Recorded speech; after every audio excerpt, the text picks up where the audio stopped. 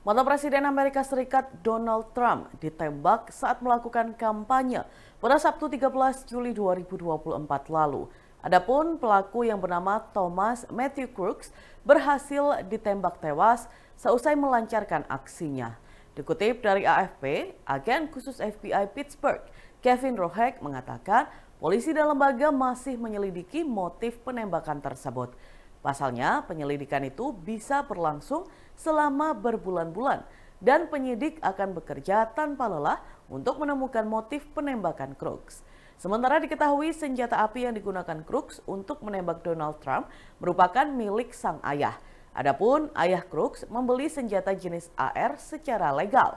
Tak hanya itu, saat dilakukan penggeledahan di rumah Crooks, ditemukan bahan-bahan pembuat bom.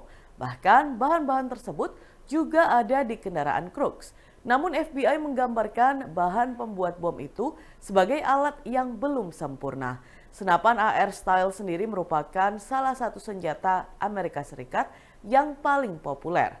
Senjata ini terkait erat dengan senapan tempur militer otomatis M1. Senjata AR-15 digunakan dalam sejumlah penembakan massal baru-baru ini di Amerika Serikat. Salah satunya serangan Las Vegas pada Oktober 2017 yang menewaskan 60 orang. Dan serangan anti-LGBT yang menewaskan 5 orang di Colorado Springs pada November 2022. Pasca insiden penembakan terhadap Trump, rapat darurat pun digelar di Butler, Pennsylvania. Rapat juga membahas terkait keberadaan senjata ini di masyarakat Amerika. Terlebih, jenis senjata ini harusnya digunakan khusus tentara di zona tempur dan tidak boleh berada di tangan sipil. Rusia memberikan sindiran kepada Amerika Serikat seusai insiden penembakan yang menimpa Donald Trump. Juru bicara Kementerian Luar Negeri Rusia, Maria Zakharova, menyinggung soal tradisi upaya pembunuhan terhadap Presiden Washington. Zakharova mengingat kembali peringatannya sebelumnya mengenai kampanye hasutan terhadap Trump yang dilancarkan oleh lawan-lawannya dari Partai Demokrat. Ia menyebut pihak berkuasa Amerika Serikat memamerkan sikap anti terhadap pihak-pihak yang berseberangan dalam berpolitik. Padahal Washington sendiri digaungkan sebagai negara paling demokratis di dunia. Hal ini disampaikan Zakharova melalui telegramnya pada Minggu 14 Juli 2024. Trump sendiri sebelumnya juga sudah mengungkit soal tradisi pembunuhan terhadap presiden di Amerika Serikat. Zakharova lantas menyinggung soal kemunafikan para pembela demokrasi, supremasi hukum, dan hak asasi manusia di negara-negara barat. Salah satu di antaranya mengenai ancaman secara terbuka pembunuhan kepada calon Presiden Amerika Serikat Donald Trump.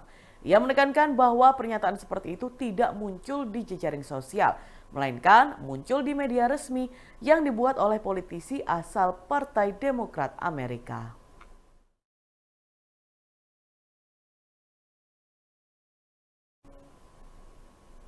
Pengiriman belasan sepeda motor bodong dari Pati, Jawa Tengah digagalkan Satreskrim Polresta Pati.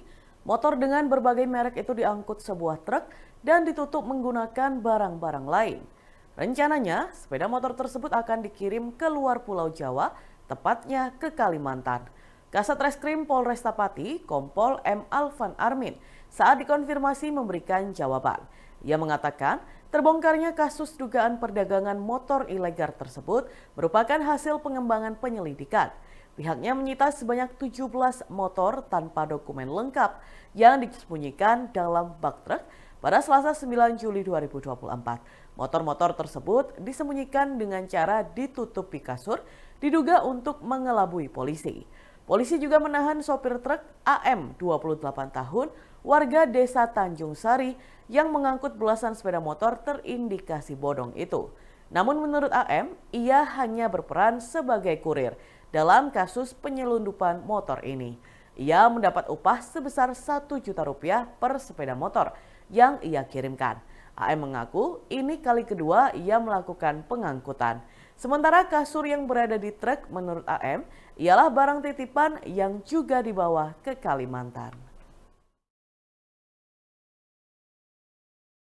Masa libur panjang sekolah telah usai. Tiba waktunya para siswa kembali beraktivitas di masing-masing sekolah pada hari ini, Senin 15 Juli 2024. Beragam ekspresi wajah-wajah polos para siswa terekam saat hari pertama masuk sekolah setelah hampir 1 bulan tidak bertemu dengan para guru dan teman-teman satu sekolahnya. Seperti yang tampak di UPTD SD Negeri Kemayoran 1, Kelurahan Kemayoran, Kota Bangkalan, Jawa Timur. Siswa-siswi tampak tak kuasa menahan perasaan gembira. Mengenakan pakaian khas adat Madura, Sakera dan Marlena, mereka disambut kepala sekolah hingga dewan guru yang juga berpakaian serupa. Namun di balik keceriaan dari wajah-wajah polos para bocah, mereka tampak masih terbawa suasana libur sekolah. Bangun lebih awal di hari pertama sekolah setelah libur panjang membuat mereka masih tampak mengantuk. Sesekali mereka menguap saat mengikuti gelaran upacara. Kepala UPTD SD Negeri Kemayoran 1, Nurhayati Eka menjelaskan, mengenakan pakaian khas Madura Sakera Marlena bagi seluruh siswa serta para guru sudah menjadi tradisi mereka dalam menyambut setiap tahun ajaran baru. Hal itu dilakukan sebagai upaya mengenalkan dan melestarikan pakaian budaya masyarakat Madura, khususnya Bangkalan. Bawaan ngantuk sejumlah siswa seketika berubah ceria setelah upacara selesai. Dengan riang gembira, ratusan siswa masuk ke masing-masing kelas. Para siswa baru pun mulai diperkenalkan dengan guru kelas dan teman-teman satu kelas. Pengakuan polos terlontar dari siswa baru kelas 1, Ahmad Susanto Al-Amin. Ia mengaku bangun pagi pada pukul 5 untuk bersiap-siap sebelum pergi sekolah. Meski demikian, keceriaan Amin melebur bersama teman-teman barunya saat berada di dalam kelas. Hal senada juga diungkapkan siswa baru Adiba Syakila Fitri. Bocah yang akrab disapa Kiki itu mengaku sangat senang berada di lingkungan sekolah baru. Dalam Tribuners berikut kita simak bersama wawancara dengan Kepala UPTD SD Negeri Kemayoran 1, Nurhayati Eka, dan siswa baru Ahmad Susanto Al-Amin, serta Adiba Syakila Fitri. Habis libur nih masih banyak yang ngantuk-ngantuk Ibu ya? Ya, karena sudah biasa tidur, sekarang insya Allah kalau di Kemayoran pasti bisa. Seperti apa pakaian adat Madura nih Bu di awal PLS? Alhamdulillah Bapak, di UPTD SD Negeri Kemayoran 1 ini setiap masuk pertama sekolah itu menggunakan seragam Marlena dan Sakera yang tujuannya untuk melestarikan budaya daerah khususnya Kabupaten Bangkalan. Nantinya dikenalkan sama anak ibu yang baru, dikenalkan sama siswa yang baru. Ya, biar nanti semua kelas 1 sampai kelas 6 itu mengetahui bahwa seragam daerah, budaya daerah Bangkalan ini menggunakan yang perempuan Marlena, yang laki-laki Sakera. Assalamualaikum warahmatullahi wabarakatuh. Perkenalkan nama saya Ahmad Susanto Al-Amin. Biasa dipanggil Amin. Tadi yang berangkat sekolah siap-siap jam berapa? Jam 5 sudah siap-siap. Ini pakai baju apa ini? Pakai baju Sakera. Masih ngantuk tadi ya? Oh enggak. Gimana, senang masuk sekolah? Sana. Tadi nyari duduknya di mana? Di depan nyari. Dapat tak? Enggak dapat di tempat duduk depan. Udah full ya. Masuk Kemayoran 1.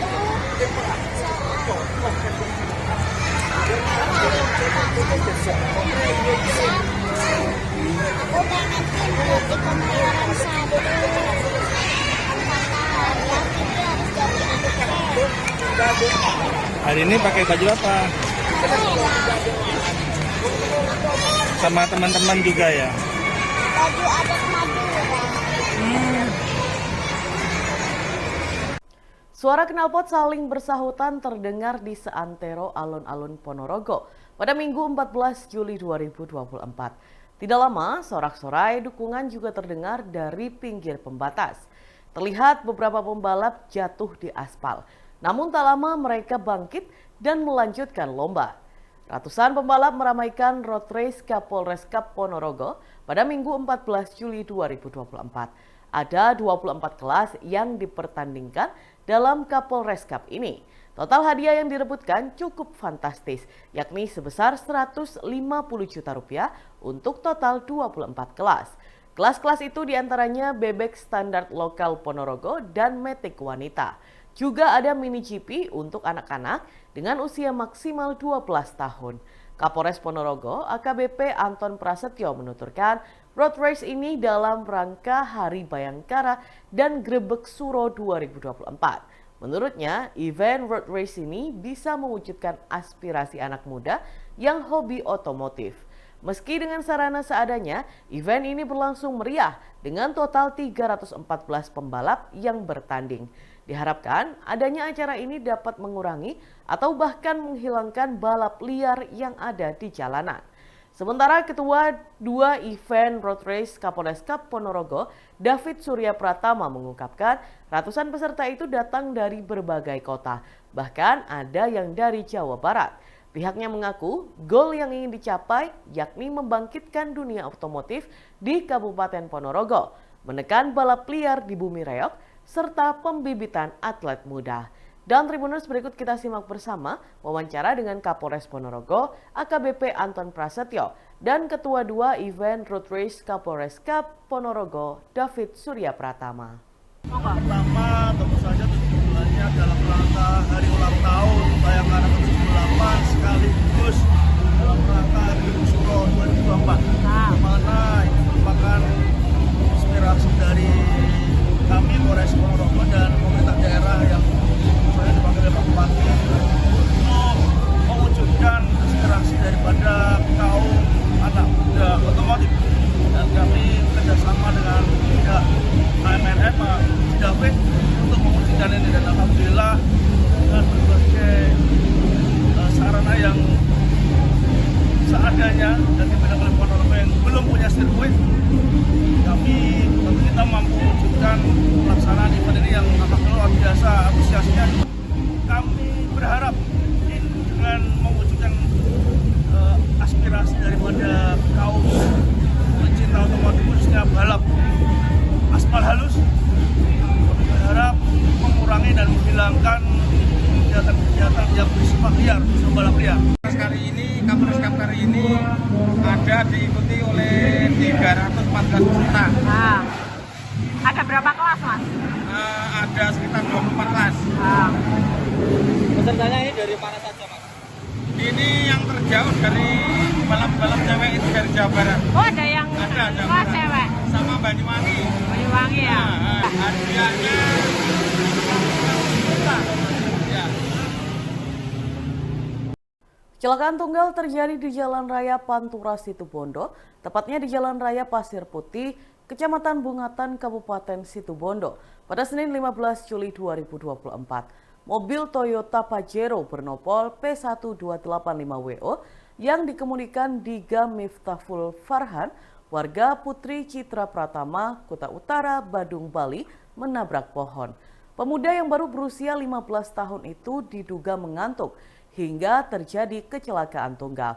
Tidak ada korban jiwa dalam insiden kecelakaan ini, namun sopir dan 3 penumpang yang merupakan satu keluarga itu mengalami luka-luka. Diga selaku sopir mengalami luka dan bengkak di bahu kanannya, sedangkan 3 penumpang masing-masing bernama Kiran Siva mengalami luka terbuka di bagian sudut mata kiri, Sumarsono mengalami luka bengkak di lengan kiri dan luka terbuka di bagian mata kanan, serta Penny Wahyuningsih mengalami luka di tungkai bawah kanan, bengkak di tangan, pendarahan, dan bengkak di samping mata kiri. Berdasarkan keterangan Kasat Lantas Polres Situbondo, AKP Yudo melalui Kanit Gakum Ibda Rahman, laka lantas tunggal tersebut terjadi diduga karena sopir mengantuk, sehingga ia tidak dapat mengendalikan laju mobil, kemudian menabrak pohon di Jalan Pantura KM 175.000 dari arah Surabaya. Akibat kecelakaan tersebut, kondisi mobil mengalami kerusakan parah hingga bemper depan ringsek, dengan tafsir kerugian mencapai 15 juta rupiah. Selain itu, pengemudi dan 3 penumpang minibus yang mengalami luka berat langsung dilarikan ke rumah sakit terdekat guna mendapatkan pertolongan medis.